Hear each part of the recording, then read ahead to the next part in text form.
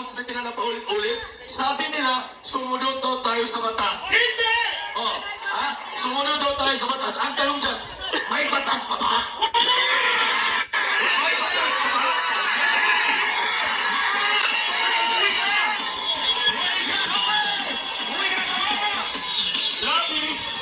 Labis ang pang-abuso sa kanilang kapangyarihan. Ha? Sa tuwing magsasalita yan si Tori, wag na wag kayo maniwala. Sinungaling yan! Yes, sinungaling yung hayop na demonyo na yan. Torirista.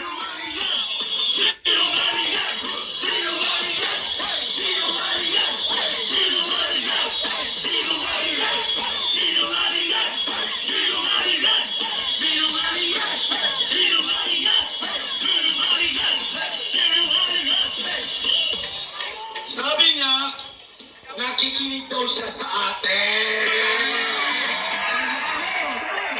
Kailan ka nakinig, Tore?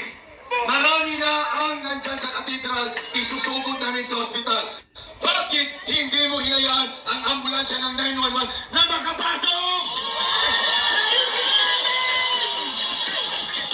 Abusado ka! Ganyan ang mukha ng gobyernong ito.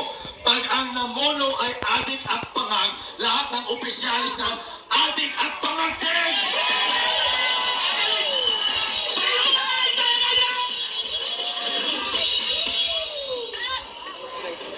Lahat ng pa-interview niya sa media, ang pogi points yun.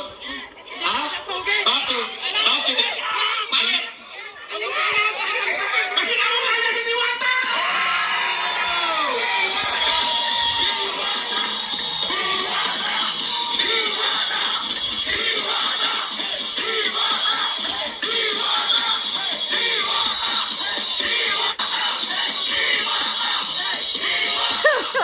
Mukha ni Tori Diwata. Mukhang pangit. Nakiusap siya. Naalis na daw tayo dito, tatanggalin daw natin yung mga nangaharang na mga sasakyan, marunong siyang nakiusap. Pero yung nakiusap tayo, nakinig ba siya? Kaya nga, tarantado, gago nga eh. Ang galing mo, Tori, kayo ang lumayas doon. Ang kapal ng mukha mo, ikaw pa ang nakiusap sa mga taga-QGC. Ikaw ang lumusog dyan, hindi na kayo lumayas. Beses na nila inikot, inalugan ang loob. Isang building, hindi na po isang beses, magsasampung beses. Dalawang araw na nga sila dito eh. Ayaw pa nila pulis. Anong tawag dyan? Kapal ang mukha!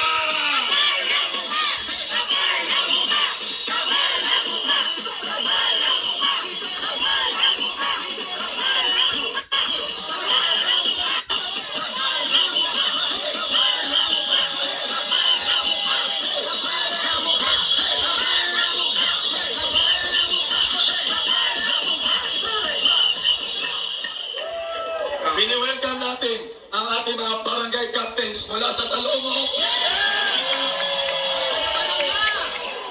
Ang ating mga kapatiran na mga Muslim. Dahan-dahan dito. Yes. Ang ating mga estudyante mula sa iba't ibang kolehiyo at universidad. Dahan-dahan na rin nandito.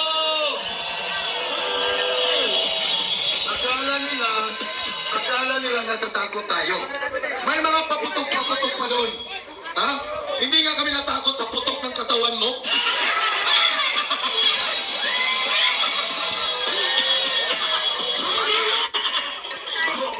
Yung airport, mga kapatid, pinanat na natin yan.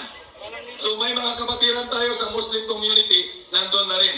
Mga residente ng komunal dito na site, nagsilabasan na rin mga kapatid. Kasi hindi na nila matiis ang pag-aabuso. Wala nang boses si Bro KTL. Bo Carlo. Kaya nila aalis tayo pag uulan, kahit uulan pa ng apoy, hindi kami aalis.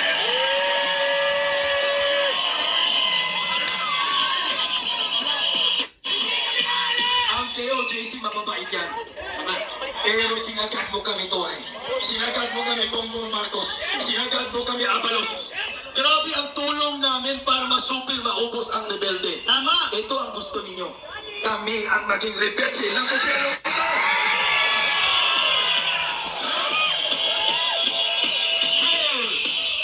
Napakatahimik namin dito.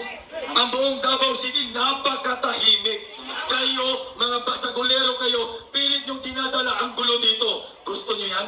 Dadalhin namin ang gulo sa Malacanang!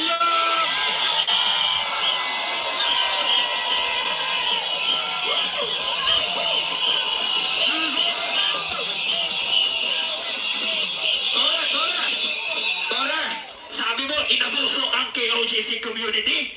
Mas mukha ka bang inabuso sa amin?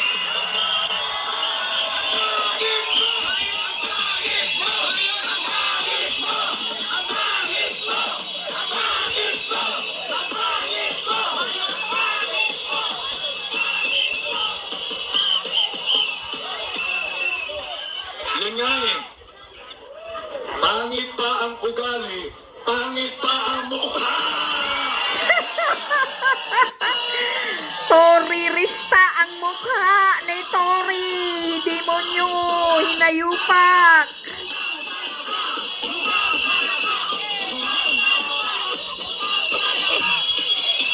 Tore, skin can reveal! Nag-barricade na daw sila sa loob. Yun naman ang ginagawa na palagi. Nag-barricade. Bahay po namin yan, itong Kingdom of Jesus Christ. Biruin mo, kami nagmamayari nila. Ayaw nila kami papasukin. Sila na ang natutulog sa aming mga higaan dyan.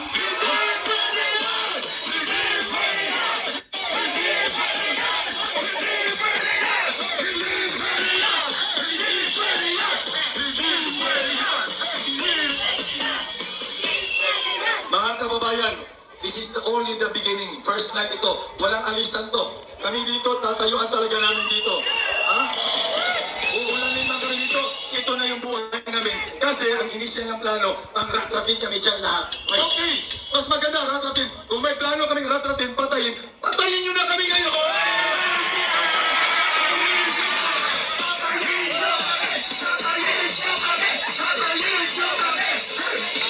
Pinuhin nyo, yung utak niyan, criminal mind. Criminal mind. Pinuhin mo, may nahimatay na sa harapan niya. Sabi, nagkadrama lang daw. Bakit? Yung namatay namin kabatiran.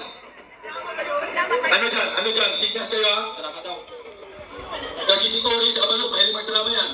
Walang alisan kapatid. Mga kapatid, walang alisan dyan. Hoy, walang alisan daw. Hindi kami alis. Walang alisan! Hindi.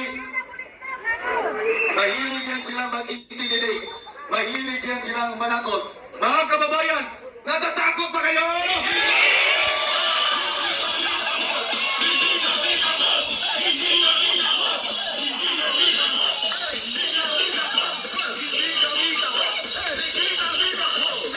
Ngayon, ilang araw, ilang taon, ilang buwan nyo na kaming ino-oppress mga Dabawenyo. Ngayon, Tore, makikita mo kung paano magalit ang Dabawenyo!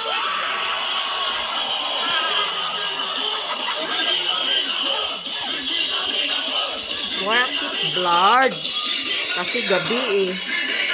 Kaya blurred kasi gabi. Madilim doon. Walang masyadong Itong ilaw. ginagawa nila sa atin, labis na pang-abuso sa kanilang kapangyarihan yan.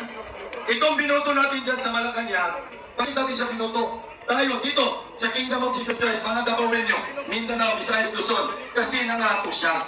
Pinagpatuloy daw niya ang mga nasimula na programa ni Presidente Duterte. Pinagpatuloy ba niya?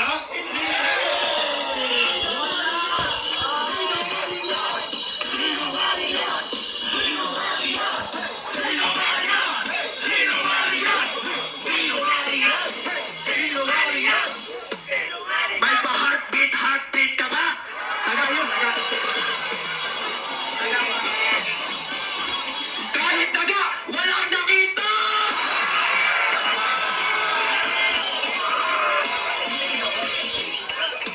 Ibigay! Nawalan sila ng ano eh, sound ah. Pinatayan. Pagkakataon ito, i-welcome po natin, nandun po sila sa airport side. Nandito rin po yung iba mga team, no? Kasi pupunuin natin ito. Para ang nakalata nito, maligo, balik na naman ligo, kahit ito na yung bahay natin, itong kalsada papunta, sa Malacanang.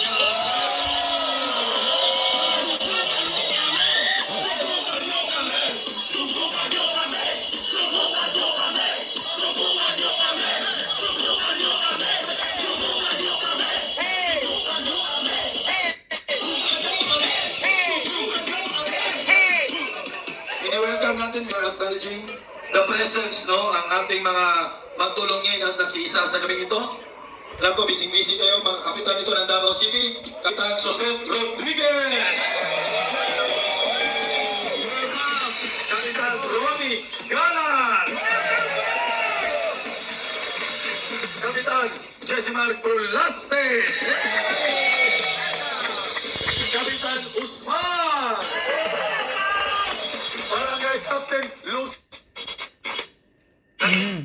Nawalan na kayo ng... Si Miss Jocelyn Tapi. Ang ating mga opisyal at Bing Apa. William Riza Tigre. At Ginoong Bong Escobar. Kasi ang laban na ito, hindi ito laban lang ng TOJC. Hindi ito laban lang ng Dabawenyo. Laban ito ng mga tunay na Pilipino.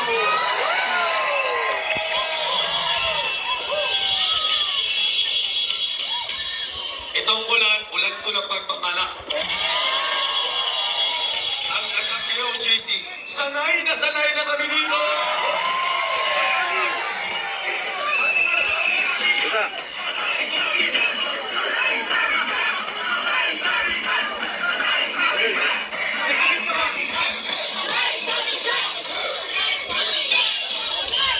Ang POJC, mababahin yan. Yan talaga ang puro dito sa amin sa loob. Mababangit, mapagtumbabang po kami. Pero, pag-demonyo na. Ay, may mga pulis dito sa likod! Okay. Ito mga kapit. Ano ba? Sige, gawin niyo yan! Para magkaalaman tayo! Sige,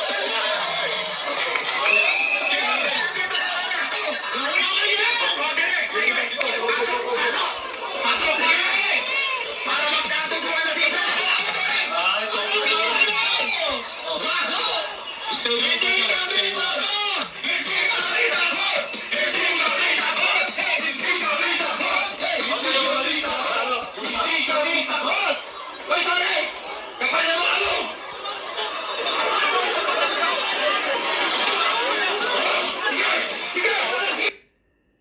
Sige.